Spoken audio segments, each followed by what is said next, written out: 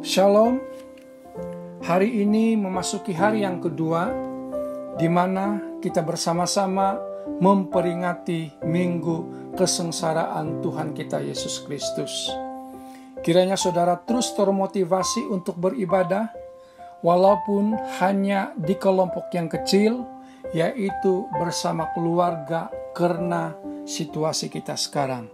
Dimanapun saudara berada, kiranya damai sejahtera daripada Tuhan kita Yesus Kristus menyertai saudara semua.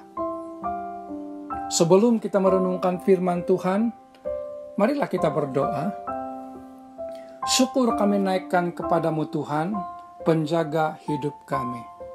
Terima kasih untuk kesempatan sekali lagi dapat merenungkan firman-Mu. Berkati yang mendengar dan berkati juga yang menyampaikan. Kiranya Roh Kudus akan menolong kami untuk lebih memahami kebenaran-Mu. Dalam nama Tuhan Yesus kami berdoa. Amin. Kita akan bersama-sama merenungkan tentang Yesus di Istana Kayafas, pengadilan dan penyangkalan. Pembacaan firman Tuhan diambil dari Yohanes 18 ayat yang ke-12 sampai ayat yang ke-27. Yohanes 18 ayat yang ke-12 sampai ayat yang ke-27. Saya hanya akan membaca ayat yang ke-25 sampai ayat yang ke-27 sahaja. Simon Petrus masih juga berdiri berdiam di situ.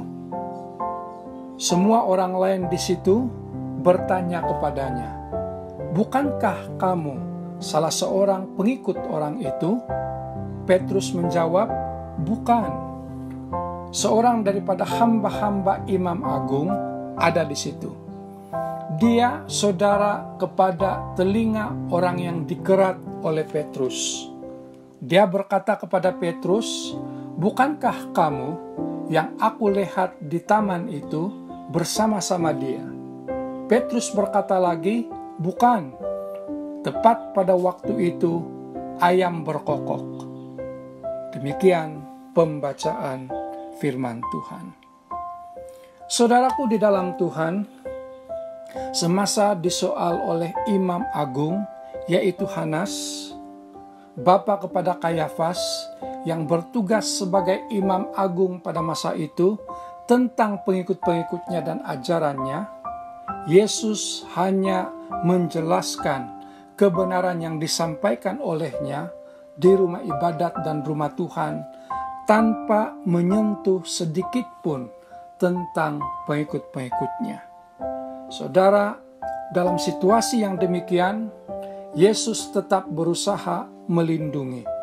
Yesus tetap berusaha menjaga keselamatan mereka, sama seperti sebelumnya. Semasa penangkapannya di Getsemani. Dikatakan dalam ayat yang ke-8b, "Jika aku yang kamu cari, biarkan pengikut-pengikutku pergi." Tetapi sebaliknya, bagaimana pula dengan sikap pengikut-pengikut Yesus terhadapnya? Saudaraku di dalam Tuhan, dalam pembacaan, contoh yang sangat dekat adalah Petrus. Dicatatkan bahwa sebelum ayam berkokok, Petrus sudah menyangkal atau tidak mengakui Yesus sebanyak 3 kali. Perhatikan dalam ayat yang ke-17 dan ayat yang ke-25 sampai ayat yang ke-26. Petrus yang sebelumnya pernah berkata bahwa dia sanggup mati bagi Yesus.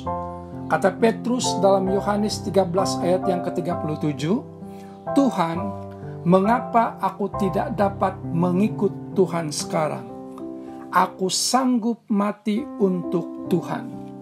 Saudara, mengapa dalam sekelip mata kesetiaan Petrus boleh berubah terhadap Yesus? Mengapa dalam situasi yang genting seperti itu, Petrus tidak mengakui hubungannya dengan Tuhan? Apakah dia takut dengan akibat yang akan dihadapinya apabila orang mengetahui tentang kedekatan hubungannya dengan Yesus. Saudara, pelajaran penting dari peristiwa ini adalah ketika Petrus jauh dengan Yesus, ketika dia menghadapi pencobaan yang berat, Petrus tidak dapat bertahan di dalam keyakinan imannya kepada Tuhan. Saudara, sesungguhnya sebagai seorang pengikut yang sudah dibentuk Tuhan selama lebih dari 3 tahun, bahkan dikatakan bahwa Petrus adalah antara murid yang sangat dekat dengan Yesus, sudah seharusnya menggunakan kesempatan, menggunakan peluang itu untuk bersaksi tentang Yesus kepada mereka. Saudaraku di dalam Tuhan, ramai yang mungkin mengejek, ramai yang mungkin menghina Petrus karena penyangkalannya pada Yesus. Namun, marilah kita renungkan, kita yang mengaku sebagai pengikut Kristus juga ada kalanya menyangkal Yesus di hadapan orang lain. Mungkin secara tidak langsung, tetapi berapa sering kita hanya menutup mulut ketika seharusnya kita menyuarakan kebenaran Tuhan. Berapa banyak kesempatan saat kita seharusnya bersaksi tentang iman kita kepada Kristus, tetapi kita lebih memilih untuk berdiam diri. Saudara, sesungguhnya kita tidak ada bezanya dengan sikap Petrus. Karena itu, marilah kita belajar untuk lebih setia. Marilah kita belajar untuk tidak menduakan iman kita. Dan marilah kita belajar untuk tidak menjual iman kita karena kepentingan dan tujuan pribadi.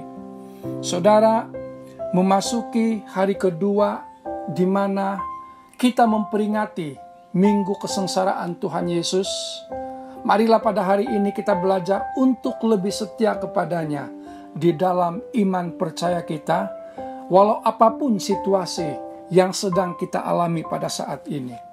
Kiranya firman Tuhan yang disampaikan menguatkan dan memberkati saudara semua. Mari kita berdoa.